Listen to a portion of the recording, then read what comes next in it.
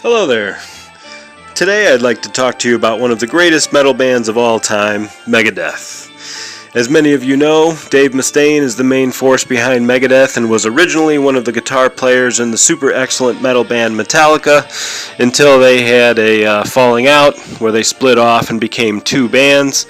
I've always thought that Megadeth was the superior of the two. But that's just my opinion, and honestly they're both great. And so without further ado, I'm going to tell you what I think are the best albums by Megadeth in order from worst to first. Yeah, so first up on this list is definitely going to be Risk from Megadeth. It is a risk. I don't really know what they were thinking. Out of all the Megadeth albums, this is one of the few that I never listened to ever.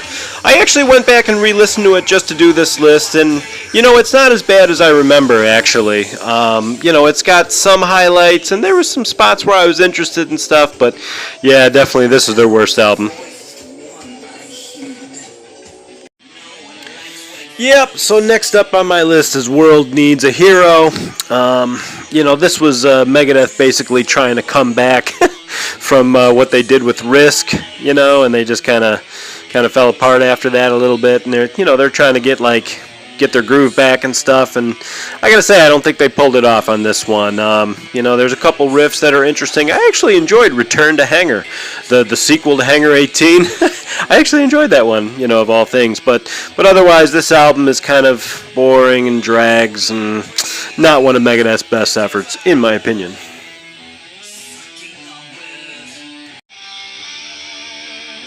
Next up on my list is going to be Super Collider from 2013. Yeah, Super Collider. So this album, it's got some potential. I mean, it's not nowhere near as bad as Risk, I would say. It's definitely during Mustaine's 2000s comeback that he's had going on, which has been crowned by Dystopia recently. This album, I don't know. It's there's nothing bad about it, but there's really nothing new and exciting about it. And when I listen to it, I'm just kind of like, yeah, whatever. And then eventually it makes me think of other Megadeth albums, and I usually end up switching to another Megadeth album. So, yeah, that's where that one is. This one is for me. So. Okay, next up on my list, you guys are going to be surprised by this, but it's Cryptic Writings. There's a lot of folks who think this album is absolutely great, and honestly, when this album came out, I absolutely loved it. But honestly, if you listen to all the Megadeth albums, if you listen to them all, this one doesn't hold up to a lot of the other ones, man. It's got a lot of filler tracks, like this one, Mastermind. It's got some really cheesy stuff. There's some great stuff on here, like Sin and Vortex, but then there's also some other overrated stuff too, like Almost Honest and Trust and, Have Cool, or She-Wolf, I think is also kind of overrated, as far as guitar songs go. There's better guitar duels, even in the Megadeth catalog, than She-Wolf. So, yeah, this one ranks kind of low for me. Cryptic Writings. Yep, okay, alright, so now we're starting to get a little higher on the list with Megadeth's Countdown to Extinction from 1992. Of Megadeth's good album, this is like their worst good album, or perhaps it's their best bad album, I'm not so sure. It's right in that middle ground. It's got a lot of compromises, a lot of really poppy kind of music, where it almost feels like they're trying to appeal to the crowd. The thing is though that they pull it off, actually. If you forget all that stuff and just listen to it just for music, it's great music, and sometimes I'm in the mood for it. Sometimes I throw Countdown in because I'm in the mood for that mellow kind of chillin' Megadeth feel, Yeah, Megadeth Countdown to Extinction, not too bad of an album. Next up on my list is going to be Megadeth's Youthanasia album, which came out in 1995. It's the one that came out after Countdown to Extinction. When this album came out, I didn't like it at first, but this album grows on you. The more and more you listen to it, the more and more you start to dig it, and it kind of follows up the same feeling from Countdown to Extinction, you know, the kind of more chilled back, poppy, kind of I'm a good singer kind of Megadeth style. But they pull it off better than Countdown, and I think that they're more consistent. The album from start to finish is more of a consistent album and feels more like one large piece of flowing music, rather than Countdown to Extinction kind of sounded disjointed and disconnected. It wasn't really a flowing feeling and stuff. Plus, not to mention, I love this opening track, Reckoning Day. You got to skip Train of Consequences, but if you skip Train of Consequences, this album is a killer album.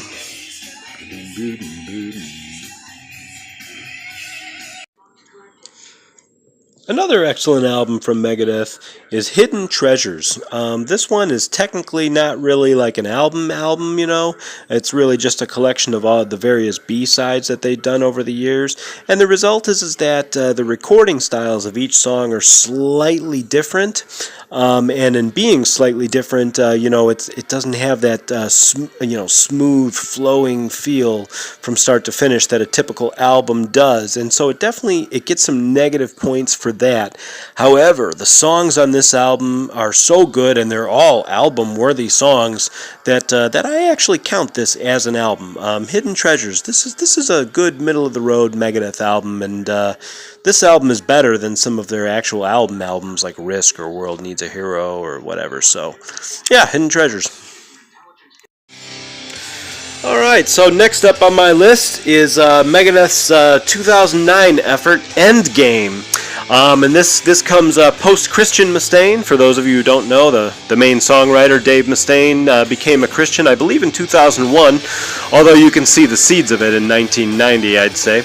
But yeah, so this whole album is basically the book of Revelations, and he sets it to music, and it's basically the biblical apocalypse. You know, the devil comes, the world's enslaved, Jesus comes riding out of the sky, and it's a really cool musical idea, and Mustaine's a beautiful songwriter, and it's got excellent guitar playing, and the drumming's killer, and I really dig this album. And you know, if you enjoy story-based albums, you know, in the vein of King Diamond or whatever too, you might also dig it.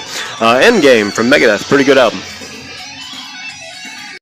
Alright, so next up on my list is 2007's United Abominations. This is a continuation of Dave Mustaine's apocalypse theme. He's very interested with the apocalypse.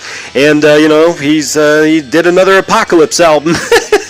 So here it is, United Abominations. And actually, honestly, the openings are great. I think the first four songs of this album are actually crushing, and you think you're going to get this killer Megadeth album, and then they do Gears of War, and you're like, oh, all right. And then there's a couple really cheesy songs after that. But the first half of this album is super excellent, and is why it gets such a high ranking, actually. So next up on my list is Megadeth's 13 album, which came out in 2011. As it's titled, it's the 13th Megadeth record. And honestly, this album's super killer. It goes along with Dave Mustaine's continued interest in the apocalypse and the end of the world, or the beginning of the world, depending on how you look at it. And yeah, it's a very interesting album. I found myself interested and enjoying it the whole way through, and yeah, I throw it on every now and then. I think I'll need a few more years to listen to it before I determine if it's a truly great album, but for right now, it's pretty good. 13 by Megadeth.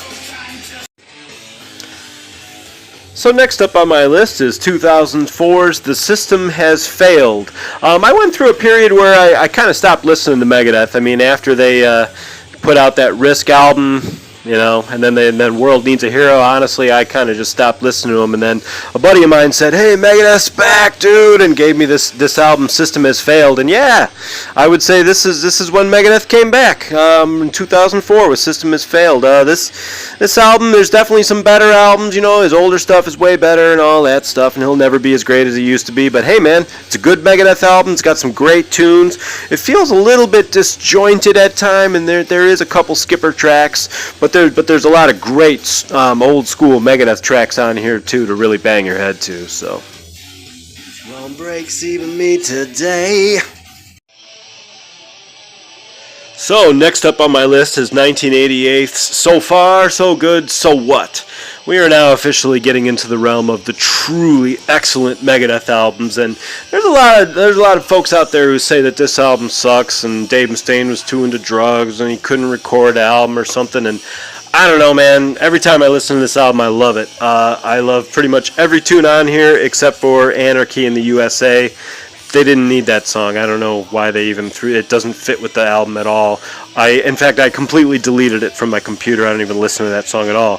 But the whole rest of the album is absolutely classic Megadeth, bone-crushing if you're in the mood for some crazy, Megadeth metal style Megadeth. Then this is what you want. It's So Far So Good. So what? So next up is 1985's Killing's My Business and Business is Good. This is Megadeth's first record, and I always love the title because, Dave Mustaine used to be with Metallica, right? And then he got thrown out, the sad story about how he was left at the bus in New York or whatever they did to him. And so anyway, Metallica's first album was called Kill 'Em All, right? And so Megadeth's first album was called, Hey, Killing's My Business, and Business is Good. And he's right, because if you put Killing's My Business up against Kill 'Em All, in my opinion only, which is correct by the way, Killing's My Business absolutely crushes Kill 'Em All. I'm so sorry to say that, but it's true. I mean, it's just that every song is just like, whoa, holy smokes, what am I listening to? It's just some of the heaviest stuff you've ever heard, especially back for 1985. And then they do the Four Horsemen the original way, as Dave says, called the Mechanics. And of course, they do it almost twice the speed. Yeah, this album is absolutely excellent. Killing's My Business and Business is Good.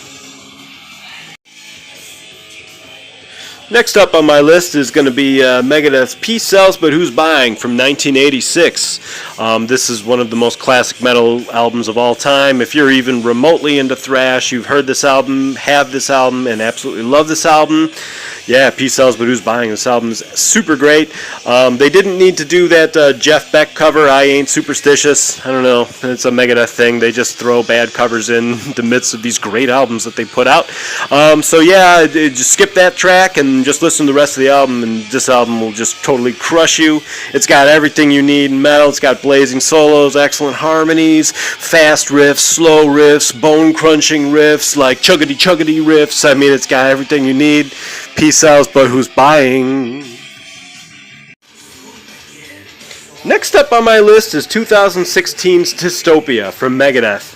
And I'm going to disclaimer what I'm saying here. I did not put this album at the top because it's 2016 and it hasn't, had enough time to grow on me yet. Although, if I ever redo this list in 4 or 5 years and I'm still digging this album as much as I'm digging it today, this album might actually go at number 1. Megadeth blew the doors off me, at least, when they put out this album. I mean, it's the continuation of Dave Mustaine's, apocalypse idea of how the world's going to end and all that sort of stuff, but whoa, it's really well thought out and really well put together and really well executed. And man, this is one of the best Megadeth albums ever, dude. If Dave Mustaine, wow, dude, hands down to you, man, for putting out this killer record, and I'm enjoying it all the time. And I love it, and I love you, and you're beautiful. Thank you. And of course, coming in at number 1, I mean, was there really any question at the beginning of this list? Is there a list on the internet that says something different?